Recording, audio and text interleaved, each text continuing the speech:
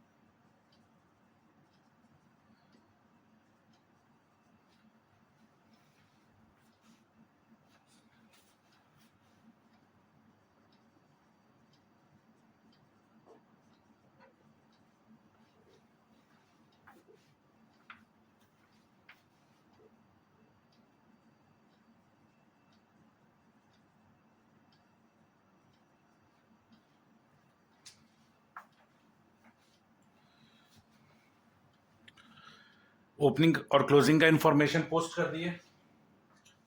अब क्वेश्चन में क्या बोल रहा है, मशीनरी 60,000 का जिसपे आज तक का डेप्रिसिएशन 20,000 है। आज तक का डेप्रिसिएशन यहां आएगा,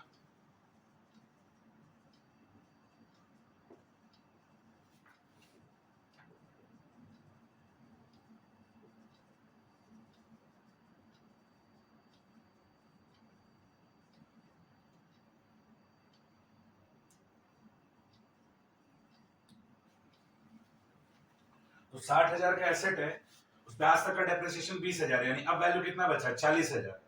उसको 6,000 के लॉस में बेच रहे हैं।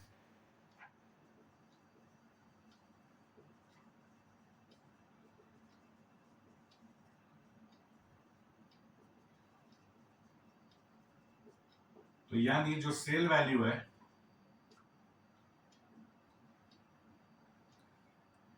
60,000 का चीज है, जिसमें से 20,000 रुपए डेप्रिसिएशन का चला जाएगा और 6,000 लॉस का चला जाएगा, तो यानी कितना बचेगा 34,000 सेल वैल्यू।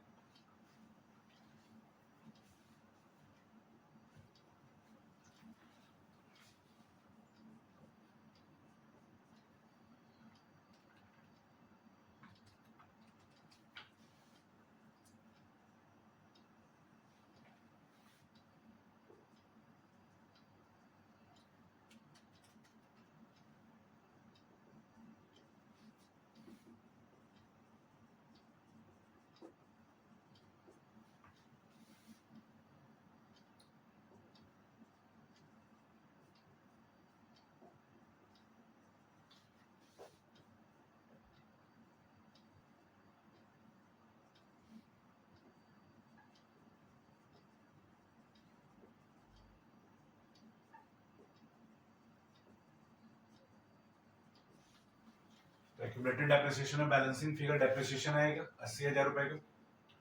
अच्छा, डिबेंचर के लिए क्या कह रहा है कि जो 3 लाख का रिडम्पशन हुआ है, 4 लाख से 1 लाख हो गया ना, तो यहाँ पे रिडम्पशन कितने का हुआ है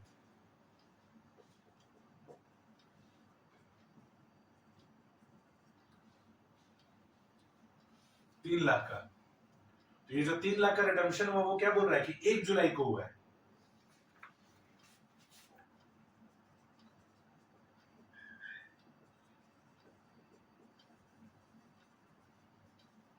तो बच्चों 4 लाख रुपए यूज किए हैं 3 महीना,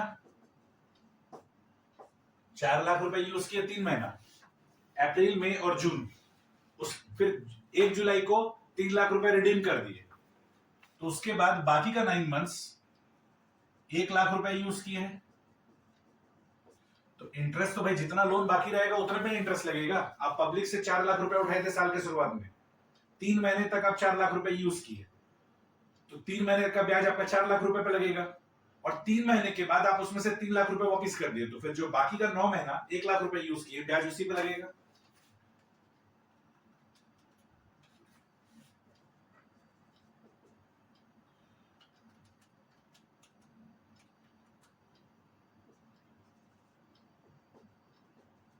यानी ब्याज का अमाउंट कितना है 14,000 रुपए।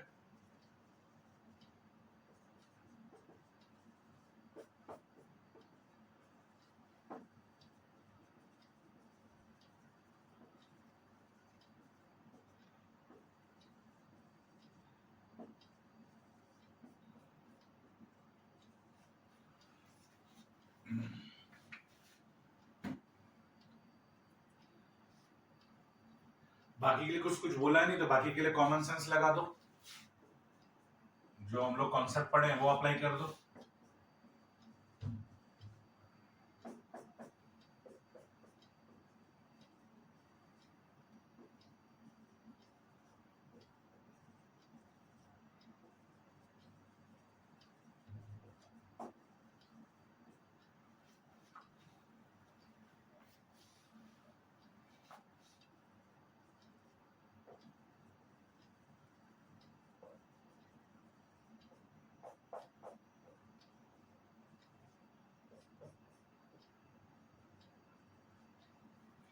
प्रोविजन फॉर टैक्स के लिए तो क्या करना है, ओपनिंग का पेमेंट करना है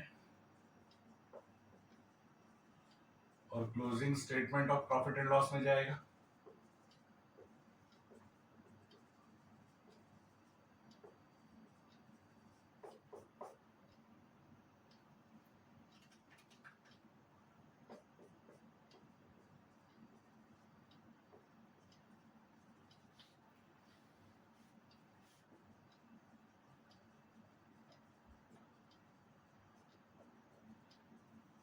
इंटेंजिबल एसेट्स का वैल्यू बढ़े तो हमेशा टू बैंक लिखना है, घटे तो बाय स्टेटमेंट ऑफ पीएल लिखना है।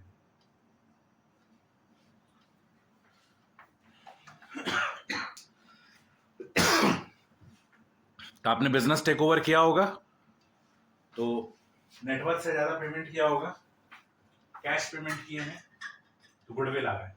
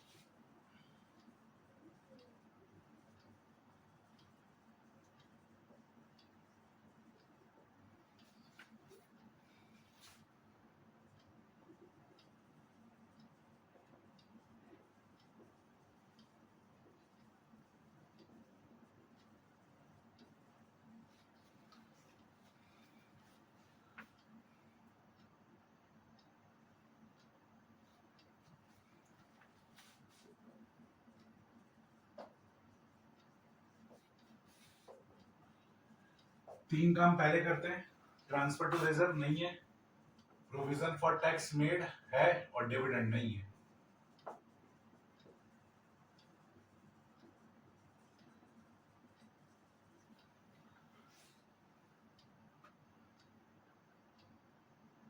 प्रोविजन फॉर टैक्स पीएल वाला अमाउंट लिखेंगे यहां पर,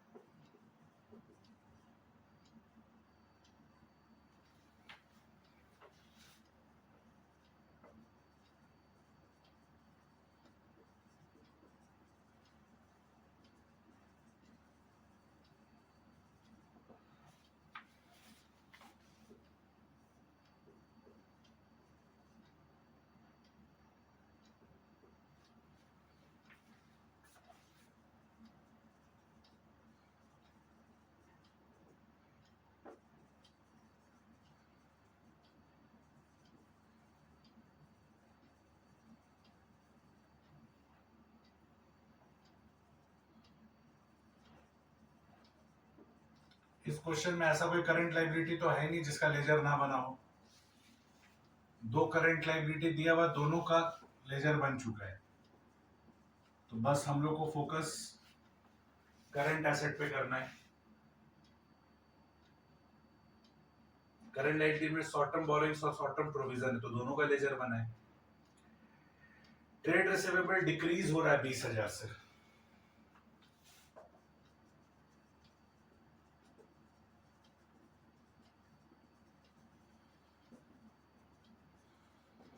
बड़ा फिगर माइनस छोटा फिगर,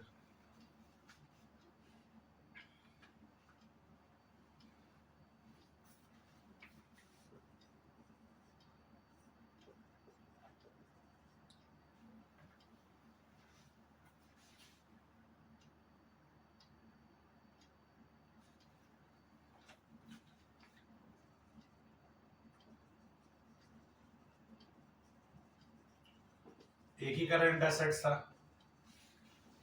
और करंट लायबिलिटी तो है नहीं, तो जो एक करंट एसेट था वो तो एडवैक में चला गया।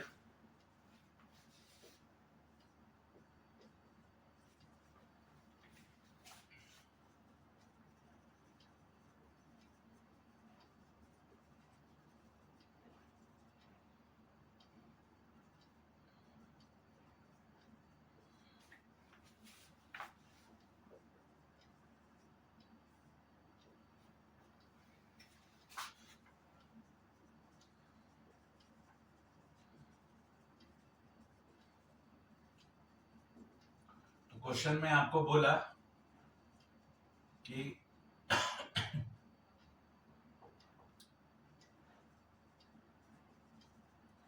ऑपरेटिंग एक्टिविटी नील है, तो आपने प्रूफ कर दिया कि यस ऑपरेटिंग एक्टिविटी इज नील।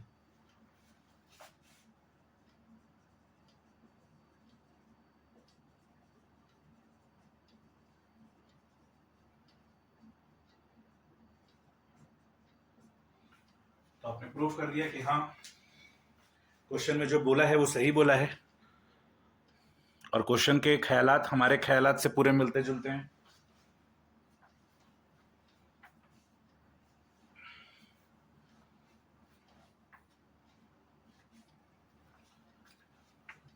और जो क्वेश्चन में क्लैरिटी नहीं था, क्वेश्चन में बोला कैश फ्लो स्टेटमेंट बनाने के लिए, क्वेश्चन में ये नहीं बोला था कि इन्वेस्टिंग एक्टिविटी और फाइनेंसिंग एक्टिविटी बनाने के लिए।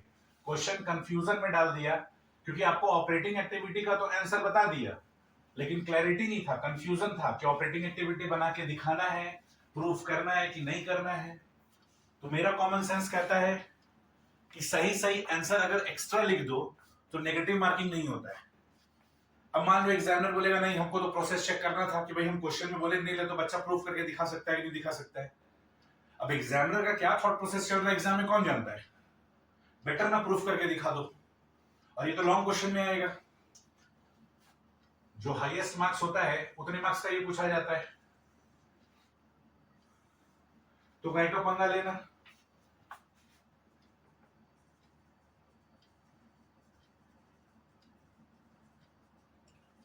तो मेरा तो बुद्धि यही कहता है कि भाई अगर क्वेश्चन में क्लैरिटी नहीं है तो बेनिफिट ऑफ डाउट स्टूडेंट को मिलेगा कि टीचर को मिलेगा, डोंट नो, तो बेटर है पूरा बना दो।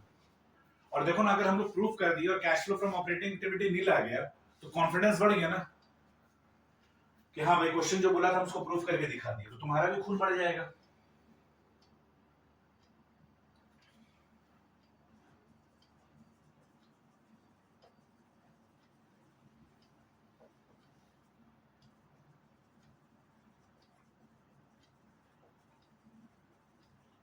हम तो कहते हैं जब डायलेमा रहता है तो कंप्लीट सॉल्यूशन बना लेना चाहिए, और इस क्वेश्चन में डायलेमा है। हमको बोला कैश फ्लो स्टेटमेंट बनाने के लिए, बोला ऑपरेटिंग एक्टिविटी नील, तो हमको समझ में नहीं आ रहा था कि ऑपरेटिंग एक्टिविटी दिखाना है कि नहीं दिखाना, तो हम तो दिखा दिए,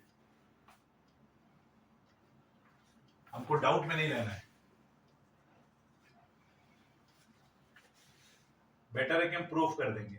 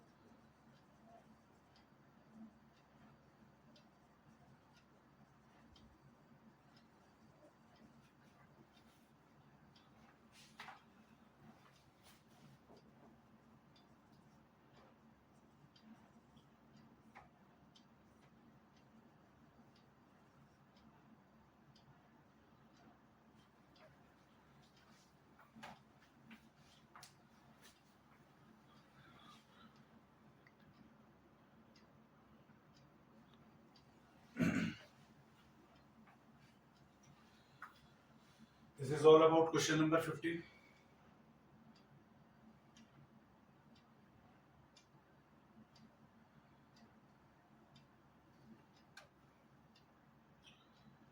बच्चों क्वेश्चन नंबर 16 में केवल ऑपरेटिंग एक्टिविटी बोला है बनाने के लिए, और क्वेश्चन नंबर 16 को मोस्ट इंपॉर्टेंट मार्क करो क्योंकि ये क्वेश्चन विद सेम अमाउंट बहुत बार एग्जाम में आ चुका है, इसलिए हम एक ही बार लिखे हैं with same amount same question, बस कंपनी का नाम चेंज कर करके इस क्वेश्चन को कम से कम 6 से 7 बार पूछा गया है, 6 से 7 बार इसको पूछा गया है।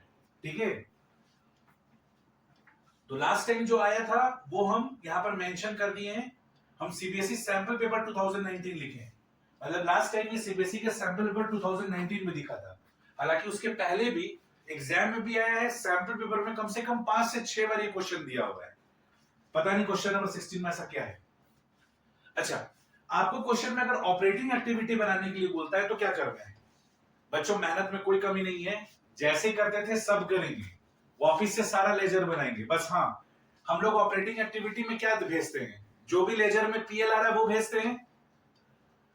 ठीक है, और वो करंट एसेट और करंट लायबिलिटी जिसका लेजर नहीं बनता है वो ऑपरेटिंग एक्टिविटी में बन जाता है। तो आइए अभी हम लोग लिख लेते हैं कि कौन कौन सा लेजर है जो ऑपरेटिंग एक्टिविटी का पार्ट बनता है। अगर हो सके तो एक बार फोकस करो बच्चों, यहां पर लिखना बंद करो और एक बार यहां फोकस करो, मेरे साथ डिस्कस करो कि ऑपरेटिंग एक्टिविटी में कौन कौन सा लेजर बनता है। ठीक है, नेसेसरी लेजर्स, और ये लिखोगे कॉपी के फर्स्ट पेज में, फॉर ऑपरेटिंग एक्टिविटी।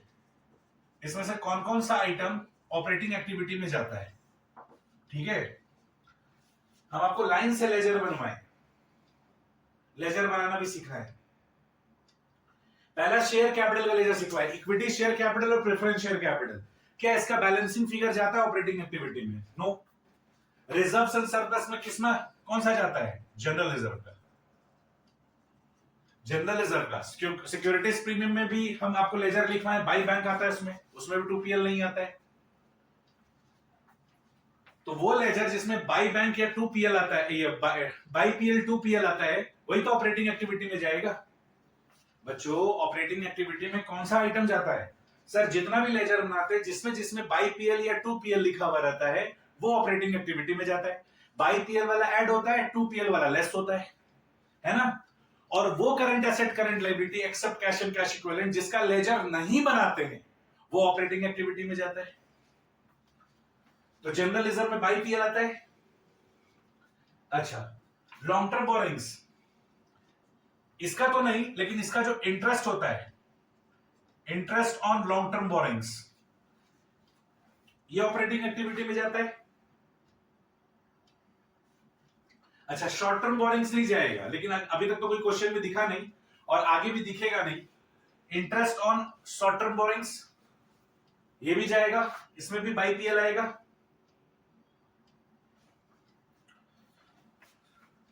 अच्छा, शॉर्ट टर्म प्रोविजन में provision for tax,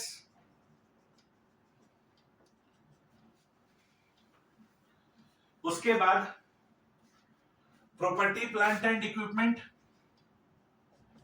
intangible assets, ये सब में PL आता है, बाई PL या 2PL आता है। फिर नॉन करंट इन्वेस्टमेंट में नहीं आता है, long term loans and advances में नहीं आता है। Interest received on long term loans and advances या short term loans and advances,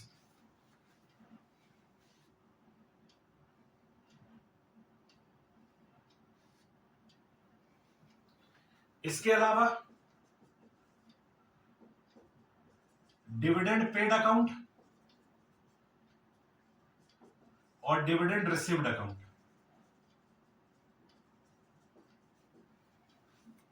इसमें डिविडेंड पेड अकाउंट के क्रेडिट में आता है बाई PL, डिविडेंड रिसीव्ड के डेबिट में आता है 2PL। तो सारा लेजर बनाने का जरूरत नहीं है, हम लोग वो लेजर बनाएंगे जिसके डेबिट में 2PL या क्रेडिट में बाई PL आता है। क्योंकि क्वेश्चन अगर केवल ऑपरेटिंग एक्टिविटी बनाने के लिए बोला, और बच्चों अभी तक हम लोग 15 क्वेश्चन बना लिए, 15 question is not a joke. आपके दिमाग में ये चीज बैठ चुका होगा अच्छे से कि हम लोग लेजर कौन कौन सा बनाते हैं, हर लेजर का आउटकम क्या होता है। तो जिस लेजर में आउटकम में 2PL या बाई PL होगा वही ऑपरेटिंग एक्टिविटी में जाएगा। ऑपरेटिंग एक्टिविटी में 2PL और बाई PL जाता है, और वो current asset current liability except cash and cash equivalent जिसका लेजर नहीं बनाते हैं वो जाता है ऑपरेटिंग एक्टिविटी में।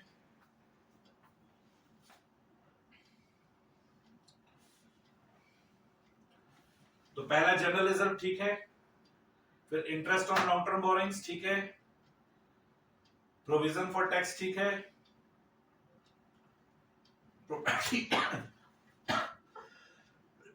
Property plant and equipment intangible asset भी ठीक है, interest received on long term loans and advances, short term loans and advances, या फिर non current investment. Non current investment बोले तो लॉन्ग टर्म इन्वेस्टमेंट, इससे जो इंटरेस्ट रिसीव होगा।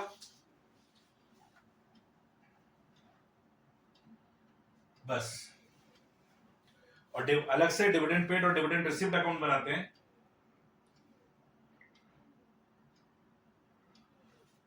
तो जब क्वेश्चन में केवल ऑपरेटिंग एक्टिविटी बोलेगा तो केवल यही लेजर्स बनाएंगे।